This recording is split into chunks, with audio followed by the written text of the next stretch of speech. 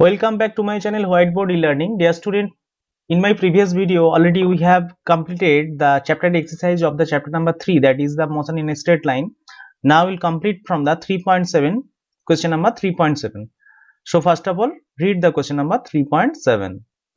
Two trains A and B of length 400 meter each are moving on two parallel tracks with uniform speed of 72 km per hour in the same direction with A ahead of B. The driver of the B decides to overtake A and accelerates by 1 meter per second square.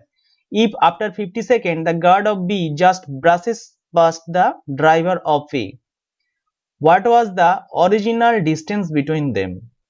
So you know two trains are moving and the velocity and speed is given 72 km per hour. You have to convert it. So okay, we are going to the answers of the solutions of this question. For train A, we have converted 72 km per hour to meter per second, that is 20 meter per second.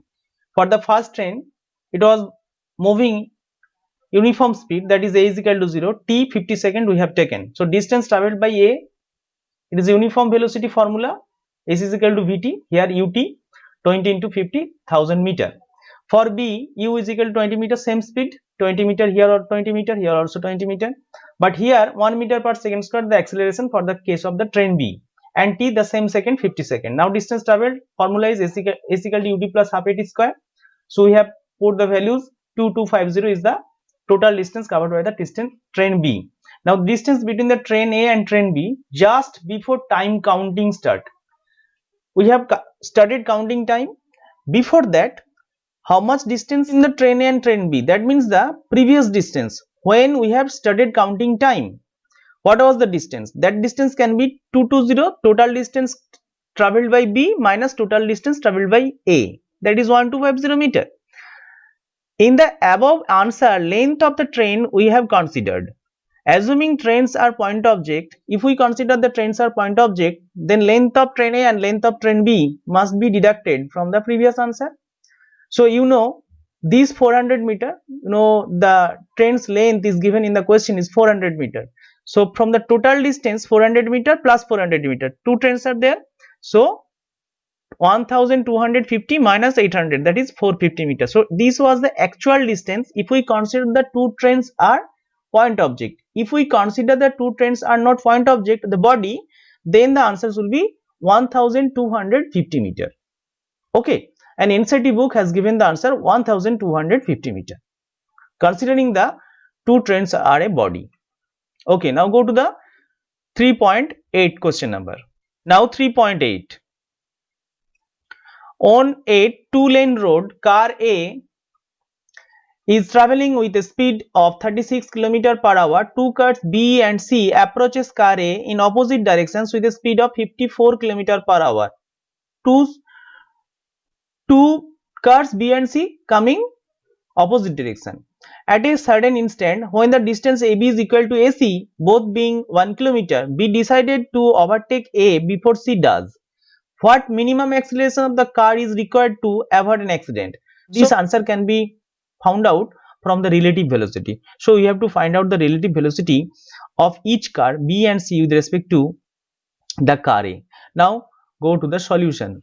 You can see 3.8 question number, car A is moving in this direction. This direction we have taken positive direction, and the car B that is also moving in the positive direction of X, and car C that is moving in the negative direction of X. So this is a two lane road.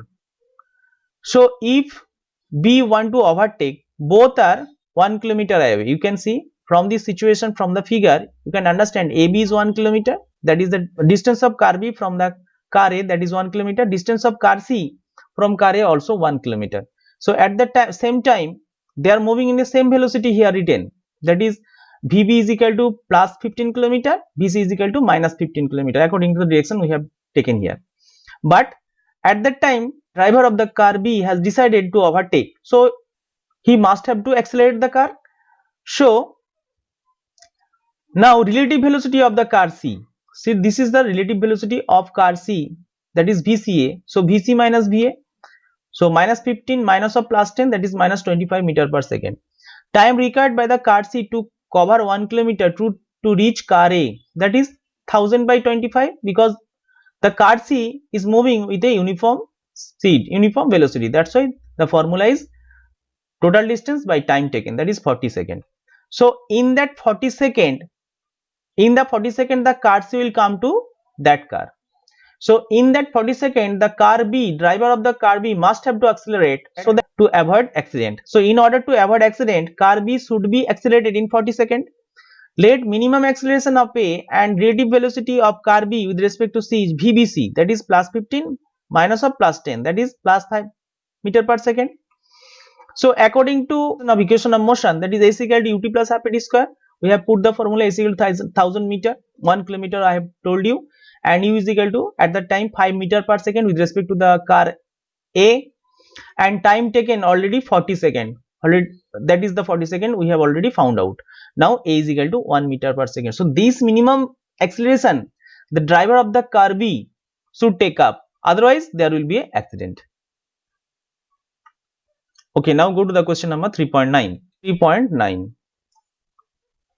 Two towns A and B are connected by a regular bus service with a bus leaving in either directions every 2 minutes. A man cycling with a speed of 20 km per hour in the direction A to B notices that a bus goes past him every 18 minutes in the directions of the motion and every 6 minutes in the opposite direction. So that means it is the relative velocity. Due to relative velocity, the cyclist observing 18 minutes and 6 minutes.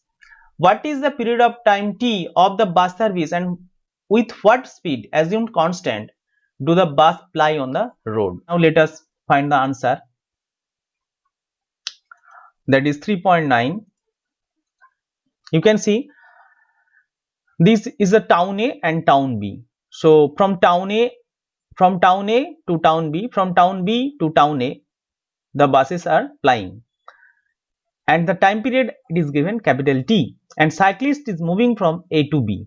So let the constant speed of the buses are v km per hour. Suppose relative velocity of bus with respect to the cyclist, as the cyclist is moving A to B and buses are coming v km per hour. So with respect to the cyclist, the relative velocity of the buses will be v minus 20.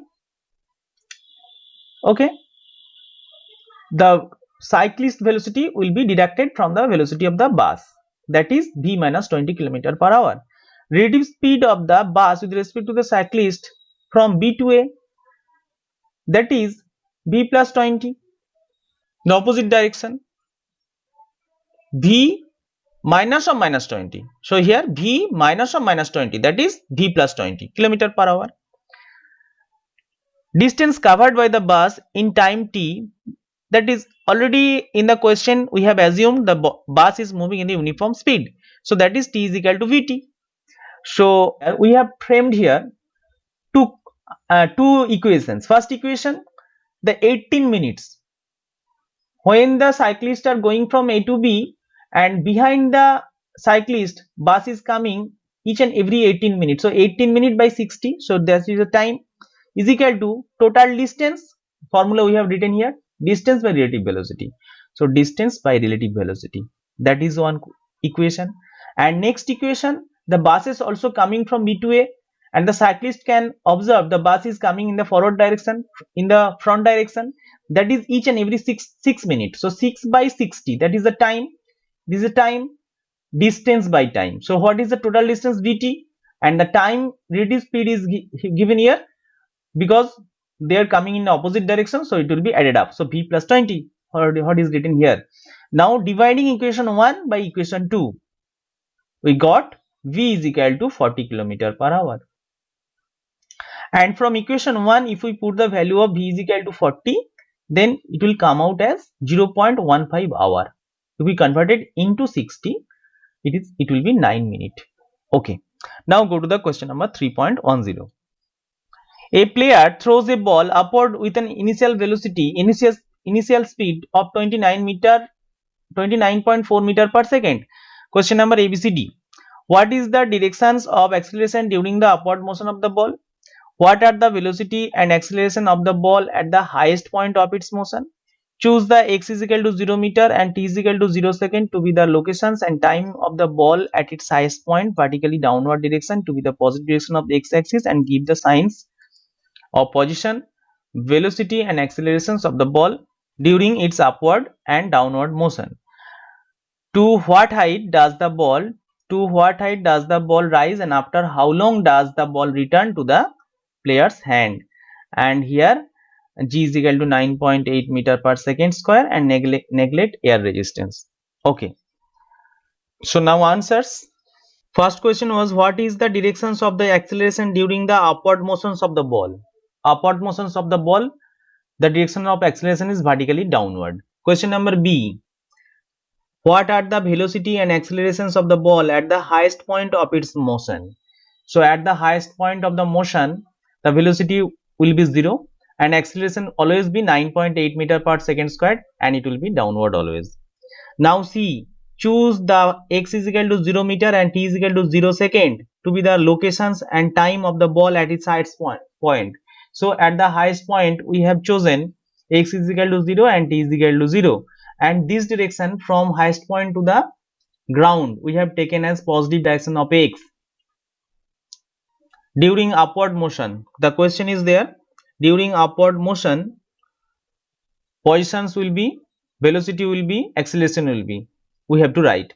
So during the upward motion the positions will be negative because here we have taken 0.